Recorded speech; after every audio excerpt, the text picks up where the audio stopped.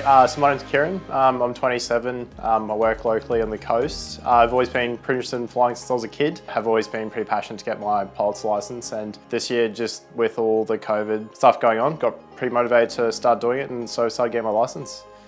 So I work as a doctor, so I sort of work in that field where you're sort of always in a high pressure situation, things like that, and I've always just enjoyed the thrill. I think it kind of translates to flying. I guess being in control of an airplane, getting up in the air and just being up in the sky, and then seeing nature and seeing things from that perspective is really, really fascinating. It's also really good to be up there and in control and just be able to go where you want at your own time, and it's quite amazing, yeah.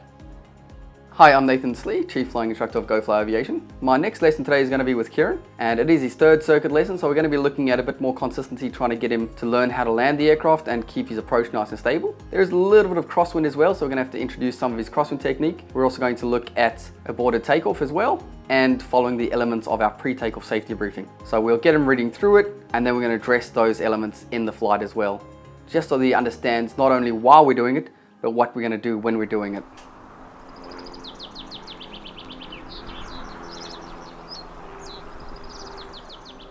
Alright, so we've done our flight with the aborted takeoff and assessing those elements of our pre-takeoff safety briefing.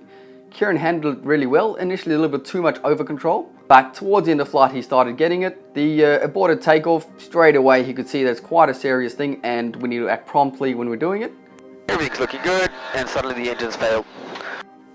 Power back, holding it, braking firmly, not too hot, and avoiding takeoff. Yep. Alright, so that's your, if something goes wrong on the takeoff, that's your procedure to abort the takeoff. Yep. Obviously, if let's say airspeed wasn't alive, power back, abort the takeoff. Yep.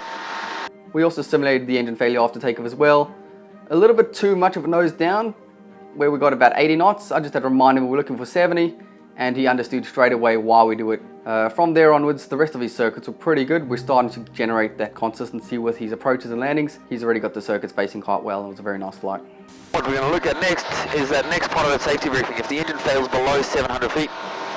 Alright, so the first thing we're going to do is nose down for 70. So power's coming back. Yep. Say the engine's failed, nose down for 70, we'd aim for that bar. Yep. Alright.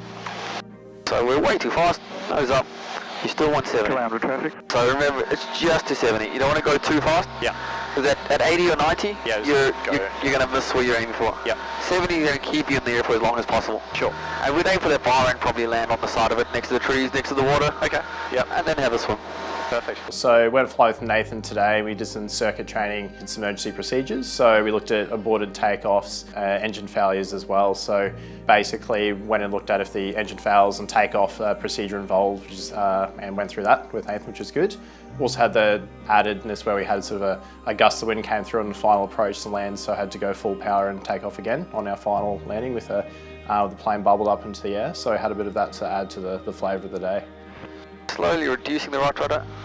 There we go, keep holding it. Keep holding it. Oh, hello. Alright, full power, go around. Already full, full. That's your go around procedure. When it does shit like that, full power, climb out. Yep. It's better than trying to fix it. Yep.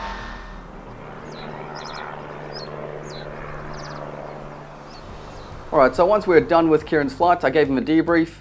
In that debrief, I was telling him about his procedures. He saw me doing the bump fish checks through every circuit, and I've told him he needs to go home and practice those. Obviously, the more he practices at home, the easier it'll be when we're flying the aircraft. He wants to memorize all those procedures on the ground where it's free, using the GoFly online videos as well to help him, so that when we're in the air, all he needs to focus on is flying the aircraft and learning how to fly the aircraft.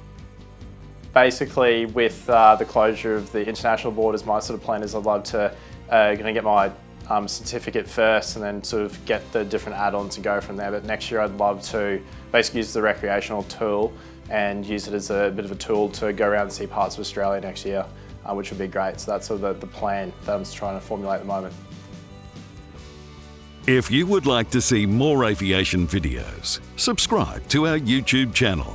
If you would like to learn to fly, visit goflyaviation.com.au. If you would like to watch some of our online lessons, visit gofly.online.